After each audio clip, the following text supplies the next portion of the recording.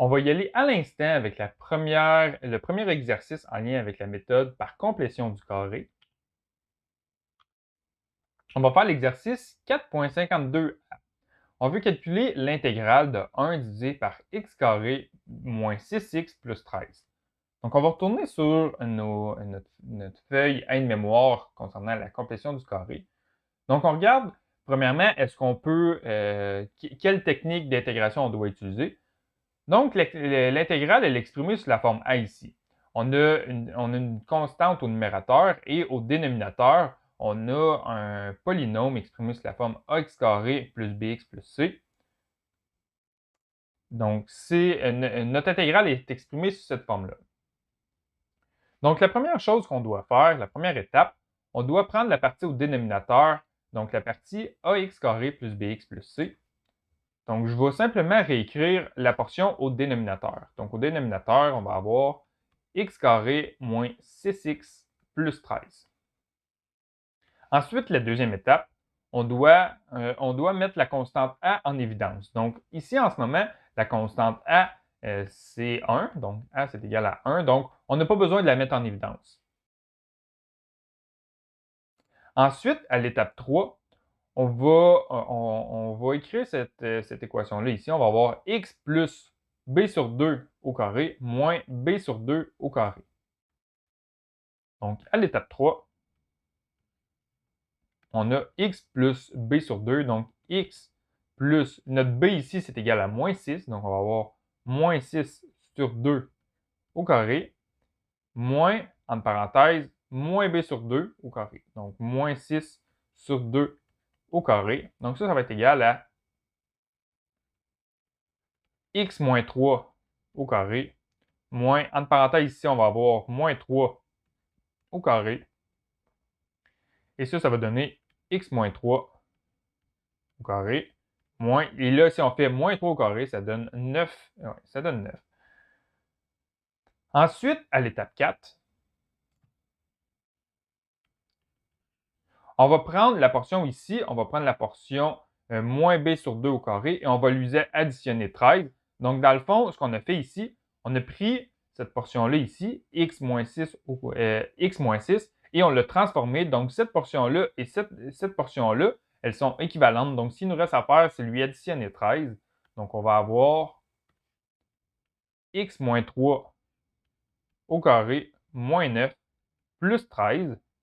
Et ça nous donne x moins 3 au carré. Là, on va faire moins 9 plus 13 qui va nous donner 4. Et on doit exprimer cette expression-là, on doit exprimer la valeur de 4 sous la forme d'une constante au carré. Donc, qu'est-ce qui donne 4 quand on le met au carré? La réponse est 2. Donc, on va avoir x moins 3 au carré plus 2 au carré. Donc, ça devient notre nouveau dénominateur. Donc, je vais réécrire notre équation ici, notre intégrale à calculer. On va avoir l'intégrale de 1 divisé par, et là, dans le fond, ce qu'on a fait, on a pris le dénominateur ici, on a pris x carré moins 6x plus 13, et on a complété le carré. Et dans le fond, ce dénominateur-là est équivalent à écrire la fonction sous cette forme-là.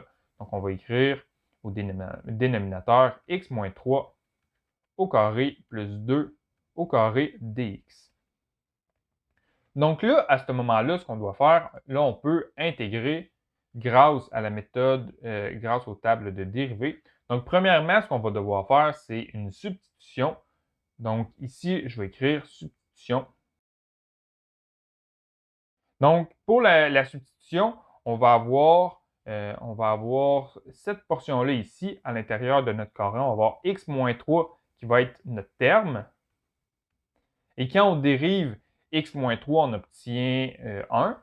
Donc, 1, on va avoir la partie au numérateur ici qui va être notre dérivée.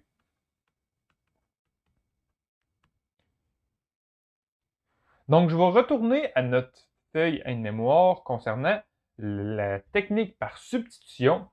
Donc, on a une intégrale non définie. On va prendre la portion ici. Donc, on doit premièrement poser le terme. Donc, on va aller ici. On va poser le terme. Donc, la première étape, ici, je vais recommencer à numéroter à partir de 1, parce que là, ce qu'on fait, c'est la technique par substitution. Donc, la première étape de la technique de substitution, on pose le terme. Donc, on va avoir t qui est égal à x moins 3.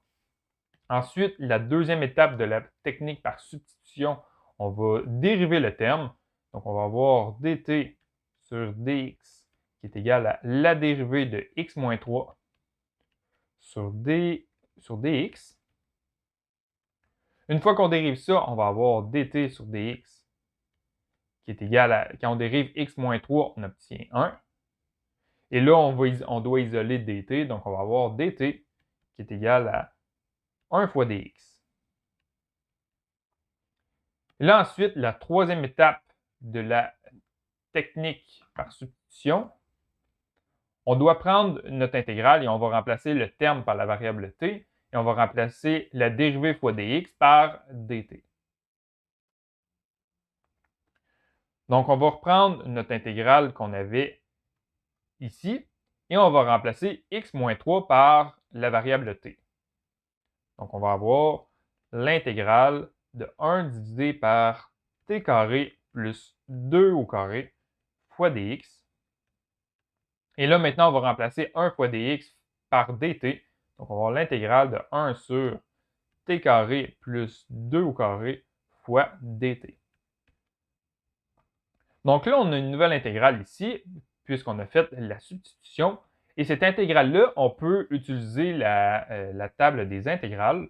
Donc, on va regarder, voir quelle règle ou quelle formule qu'on peut utiliser. Donc, je retourne sur la table des intégrales. Et la formule qu'on peut utiliser, c'est la formule 15, puisqu'on a l'intégrale de 1 divisé par u au carré plus a au carré. Donc ici, on va utiliser la formule 15. La variable u, dans notre situation, ça va être la variable t. Et la constante a, ça va être égal à 2. Donc, quand on met en pratique la formule 15, ce qu'on doit faire, c'est 1 sur a fois arctangente de u sur a plus c.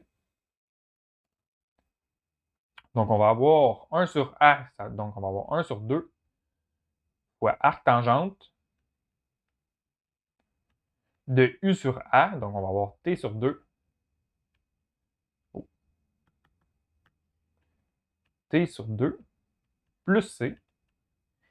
Et la cinquième étape de la méthode de substitution est de reprendre la variable t et de la remettre sous la variable x grâce à l'étape 1 de la méthode de substitution. Donc, on va remplacer t par x moins 3.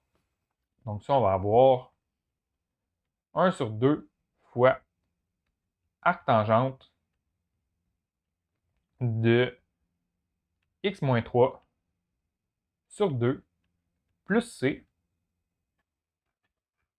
Donc là, ce qu'on vient de faire, on devait calculer l'intégrale 1 divisé par x carré moins 6x plus 13. On a fait une transformation pour l'exprimer sous cette forme-là, sous la forme 1 divisé par x moins 3 au carré plus 2 au carré.